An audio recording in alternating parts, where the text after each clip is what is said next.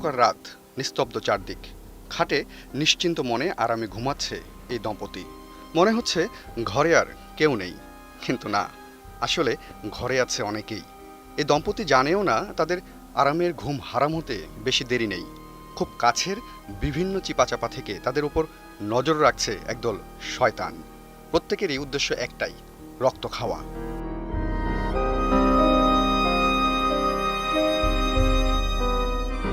তোশকের কোণা, বালিশের চিপা, দেয়ালের ফাটলসহ বিভিন্ন জায়গা থেকে শিকারের খোঁজে বেরিয়ে পড়েছে ওরা। ছয় পায়ে গুটি গুটি করে খয়েরি রঙের এই শয়তান উঠে পড়েছে বিছানার চাদরে। মুখের সামনে থাকা অ্যান্টেনার মতো দুই সুরের মাধ্যমে ও টের পেয়েছে সামনেই আছে শিকার। এই অ্যান্টেনা দিয়ে ও গরম রক্তের প্রাণীদের ত্যাগ করা কার্বন ডাই অক্সাইড শনাক্ত করতে পারে।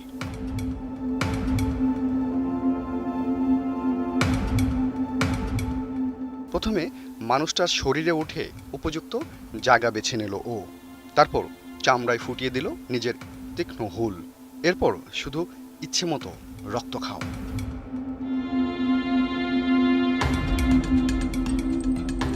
কিছুক্ষণের মধ্যে অবশ্য মানুষটা টের পাবে কত ধানে কত চাল। পোকাটার লালা লেগে এর মধ্যেই চামড়ায় দেখা দিয়েছে লাল ফুসকুড়ি। সেখানে শুরু হবে তীব্র চুলকানি।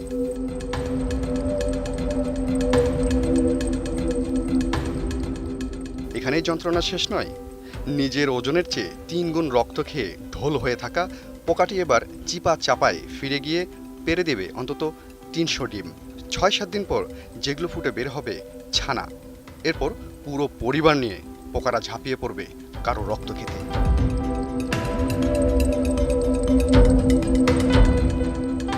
ঘরের নানা অন্ধকার চিপা চাপায় মাত্র 1 থেকে 6 সেন্টিমিটার লম্বা এই পোকার যন্ত্রণা সহ্য করেননি এমন মানুষ খুঁজে পাওয়া কঠিন।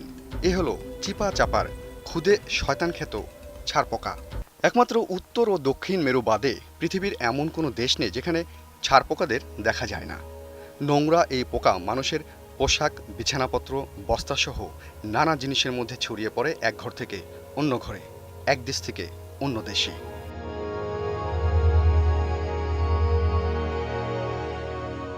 ধারণা করা হয় মানুষের সঙ্গে ছারপোকার প্রথম দেখা হয়েছিল সম্ভবত 2 লাখ বছর আগে, যখন আমাদের পূর্বপুরুষেরা গুহায় যাওয়া আসা করত তাদের নিত্য প্রয়োজনীয় কাজের তাগিদে। তখন তাদের গায়ের সঙ্গে লেগে থাকা প্রথম ছারপোকারা বাইরের দুনিয়ায় আসে।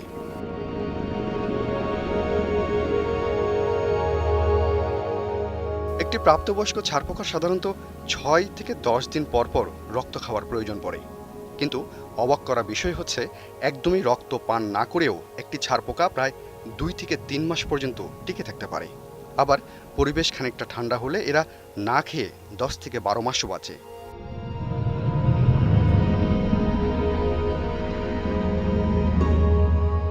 ছারপোকা যে শুধু রক্ত খেয়ে সন্তুষ্ট থাকে তা নয়, এর সঙ্গে এই পোকা বেশ কিছু রোগেরও কারণ হতে পারে, যেমন চুলকানি থেকে অ্যালার্জির সংক্রমণ, এমনকি ক্ষেত্রবিশেষ রক্তশূন্যতাও। এছাড়া এসব পোকা মানুষের শরীরে ময়লাযুক্ত এক প্রকার রস নিক্ষেপ করে, যা অ্যাজমা রোগের সংক্রমণ ঘটায়।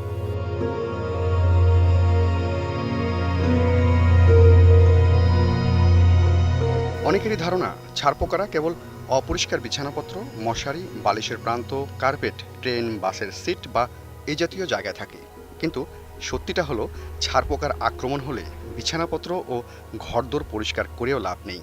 ময়লা স্যাঁতসেঁতে জায়গা পেলে ভালো, তবে পরিষ্কার জিনিসপত্রেরও ধার ধারে না এই ক্ষুদে শয়তানরা।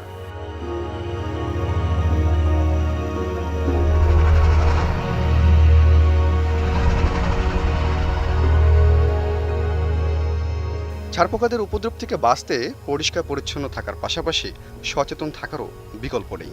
নইলে নিজের ঘরকে ছারপোকার খামার বানাতে মানসিকভাবে প্রস্তুত হন।